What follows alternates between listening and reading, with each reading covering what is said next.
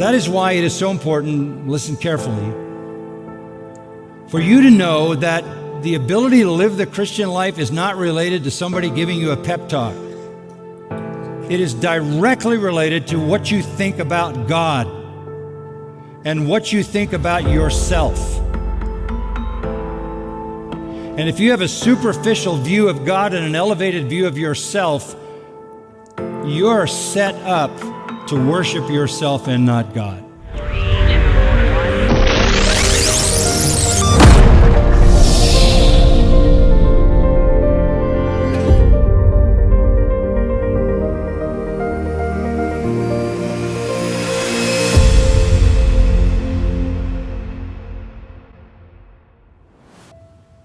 Sexual sin is the product of idol worship, and you're the idol.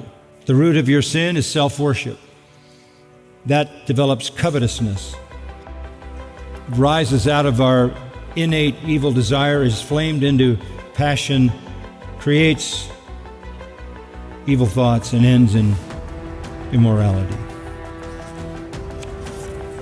So you understand that you have to deal with it at what point? Well, the easiest point to deal with it is at the level where it begins, right? So you deal with it on the basis of what it is. It is idolatry.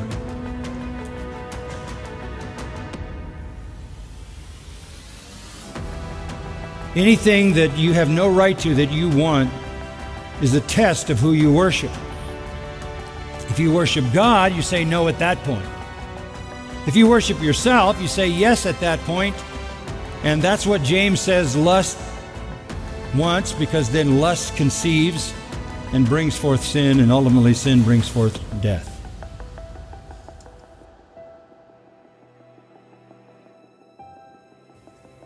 That is why it is so important, listen carefully, for you to know that the ability to live the Christian life is not related to somebody giving you a pep talk. It is directly related to what you think about God and what you think about yourself.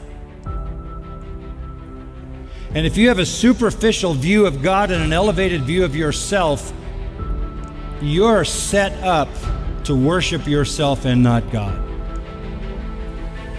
That is what's wrong with all man-centered preaching.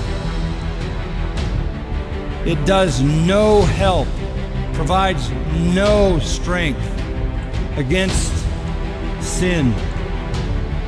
Because your strength against sin does not come from feeling good about yourself. It comes from feeling terrible about yourself. It comes from a broken and contrite heart, as we saw in Psalm 51.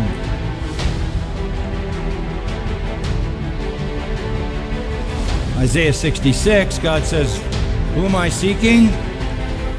Whoever has a broken and a contrite heart and trembles at my word." No one could give you anything more powerful than a deep and wide, high understanding of God. If you are consumed with the glory of God, if you are consumed with the truth of Christ, if the word concerning Christ dwells in you richly, if your theology of God is deep and true, you are a true worshiper, and sin is dealt with at the very foundation level. You are not going to be yourself in the place of God. When you hear people preaching, trying to make people feel better, this is absolutely antithetical to true sanctification.